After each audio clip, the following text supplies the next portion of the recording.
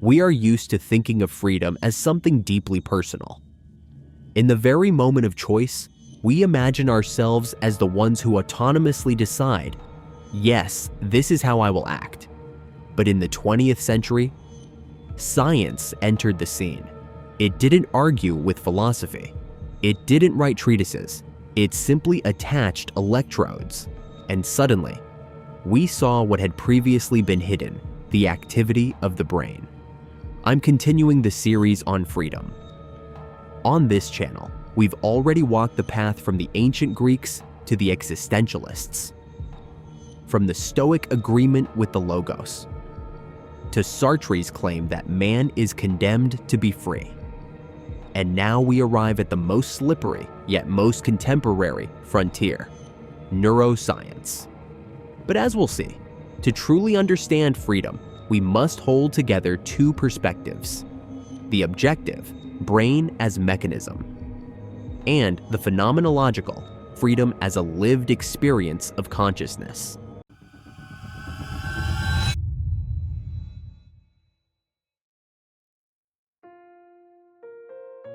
The idea that our actions might be programmed arose long before brain scanners.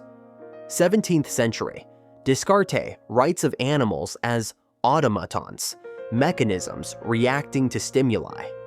19th century, Pavlov takes the next step. Reflex becomes the explanation of behavior.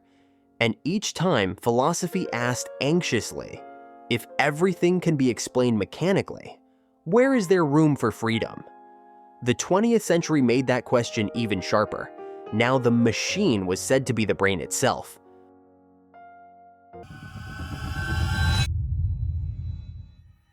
(1983) California. Neurophysiologist Benjamin Libet. A subject sits in front of a button. Press it whenever you feel like it, at any moment. No pressure, just make your choice. It seems like pure freedom. And yet, the EEG registers a paradox 300 to 500 milliseconds before the person reports, "Now I decided to press." The brain already shows a surge of activity. This readiness potential signals. The brain starts before the eye.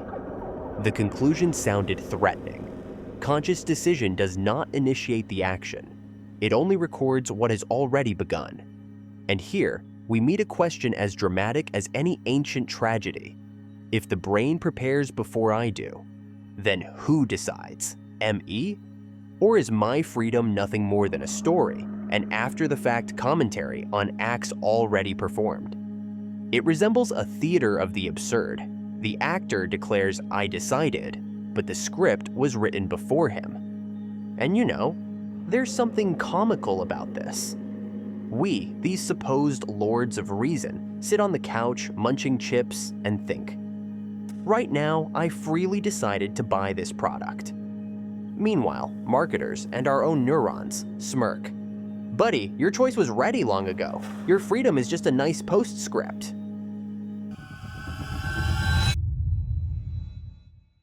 But let's not be too quick to bury freedom. For centuries, philosophy has understood freedom not as absolute independence, but as the capacity for self-governance. Take Kant. He knew nothing about neurons or cortisol, yet his concept of freedom as autonomy of reason resonates strikingly with today's findings. Kant said, "We are free when we act according to a law we give ourselves, not in blind obedience to impulse." And here, neuroscience enters the dialogue. Yes, impulses arise unconsciously, but the ability to respond to them, to delay, to filter, to say yes or no, that is the space of freedom. Even Libet himself was unwilling to bury freedom. He said, the brain may trigger the impulse, but consciousness retains the veto power. The person can refrain from pressing the button, canceling an action already in preparation. So freedom is not about creating impulses out of nothing, but about the capacity to say no, not absolute sovereignty over the body, but the role of an editor, crossing out what does not belong. Philosophers took this further. The conversation shifts from creation to control. As Daniel Dennett wrote in Freedom Evolves, 2003. Freedom is the capacity for self-reflection and control over one's own behavior. And he emphasized, it's not about magical independence, but about skill, competence. But here we must take a deeper step, phenomenology. For Husserl, freedom is not an abstract idea, but a lived experience in the stream of consciousness. I am always directed toward the world. My acts are intentional. I don't just react, I live my choices. For Merleau-Ponty, freedom is rooted in the body. My body is not just an object among objects. It is the very condition of my being in the world. I sense freedom because I can interrupt movement, stop an impulse, live the interval. Thus, Libet's Veto power meets phenomenology. Freedom is the pause, the interval in which I become a subject. By the way, I'd love to hear your experience. Have you ever truly felt this Veto power? You were about to do something, and at the last moment, you stopped. Share it in the comments. And if this kind of conversation speaks to you, hit subscribe. We're building a community here where philosophy and science meet.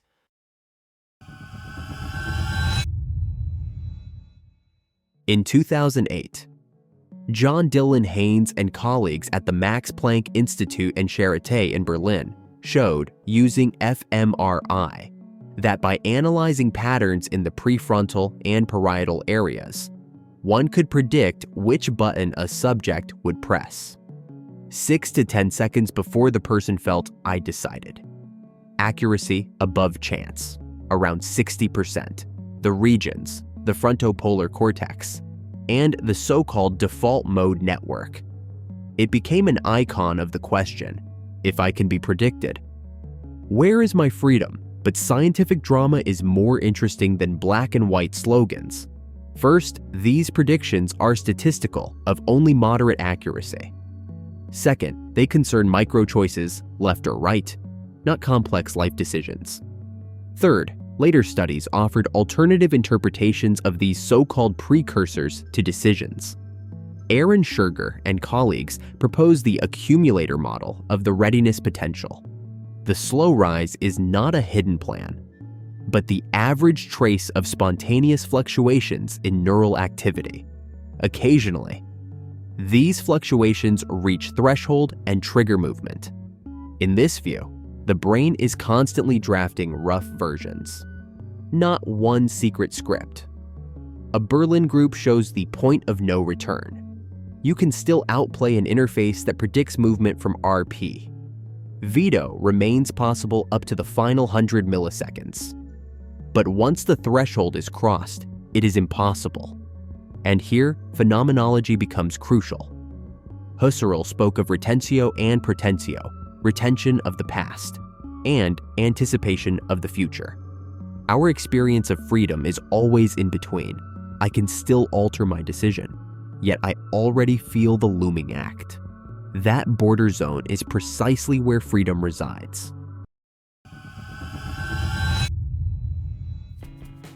Patrick Hager describes intentional binding. When an action feels like mine, the subjective interval between pressing and outcome shrinks, a subtle marker of the sense of agency. Daniel Wegner, in The Illusion of Conscious Will, set out the minimal conditions: priority, consistency, exclusivity. If a thought comes just before the action, if it matches the action, if no competing causes are present, we attribute authorship to ourselves. The experience of will is interpretation, not a causal lever. Michael Gazzaniga spoke of the left hemisphere interpreter, a system that constructs plausible explanations for actions after the fact. And here again, phenomenology reminds us what cognitive science may call an illusion. Phenomenology sees as the very constitution of experience. The way I live myself as author is not an error, but the very condition of my being in the world.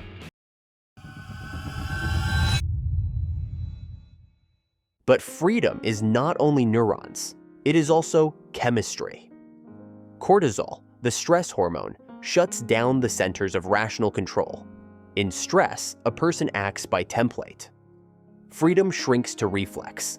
Oxytocin, by contrast, opens us to trust. We think, I made a rational decision. But in reality, it was the chemistry of closeness. So here we need a transition. Physiology shows the limits. But philosophy reminds us, freedom is not the absence of influences. It is the capacity to work with them. Sometimes freedom is nothing but a chemical trigger, a rush of love, a spike of stress. So the question arises, am I truly free? Or am I just a cocktail of hormones, mistaken for a person? And what about you? Have you noticed how chemistry shapes your choices? Did stress or being in love ever literally change the course of your decisions? Share in the comments. Those are always the most fascinating stories. And of course, if you want more deep dives like this, hit subscribe. Ahead, we've got much more, from neuroscience to existentialism.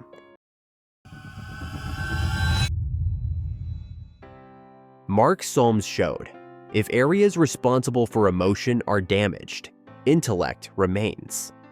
But the capacity for choice disappears. A person can reason brilliantly, yet cannot decide what to do. The conclusion is stunning. Reason without feeling does not yield freedom. Freedom is not cold calculation. It is the dialogue of thought and affect.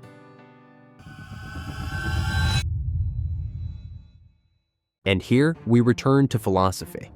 The Stoics taught freedom is inner assent to necessity. Kant, autonomy of reason.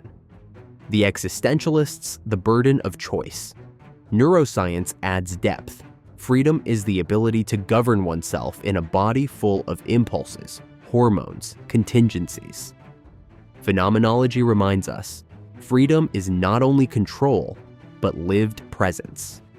I feel free not when everything is under control, but when I live myself as the beginning of an act. And here's the paradox. Libet, who supposedly killed freedom, ends up pushing us toward a more mature understanding of it. So how do you experience freedom? Was there a moment when you suddenly realized, I was about to do this, but I stopped. I chose differently? Tell me in the comments. It will be important for the next episode. And if this conversation resonates with you, subscribe. We're building a space here where philosophy and science meet.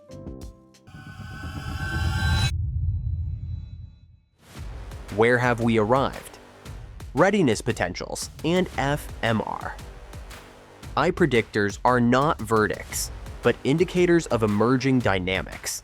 Consciousness is not the first violin, but neither is it a mere statistician. It is the editor of drafts, with veto power up to the point of no return. Freedom is a systemic property of the linkage, impulses, affect, times. Rules, norms, goals. Times. Window of control, attention, veto. Phenomenology shows freedom is lived in the body, in the interval between impulse and action. Freedom shrinks under stress and expands through practices of attention and self-reflection. Freedom is not a myth, but neither is it a miracle. It is a skill, and it is an event in which a person becomes themselves.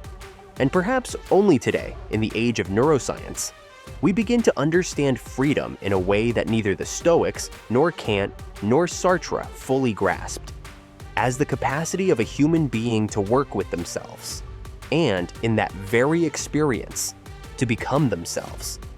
But the brain is not the whole story. The 20th century gave us another radical perspective, psychoanalysis. There, freedom and unfreedom hide deeper still, in the unconscious. And that is where we will go in the next episode.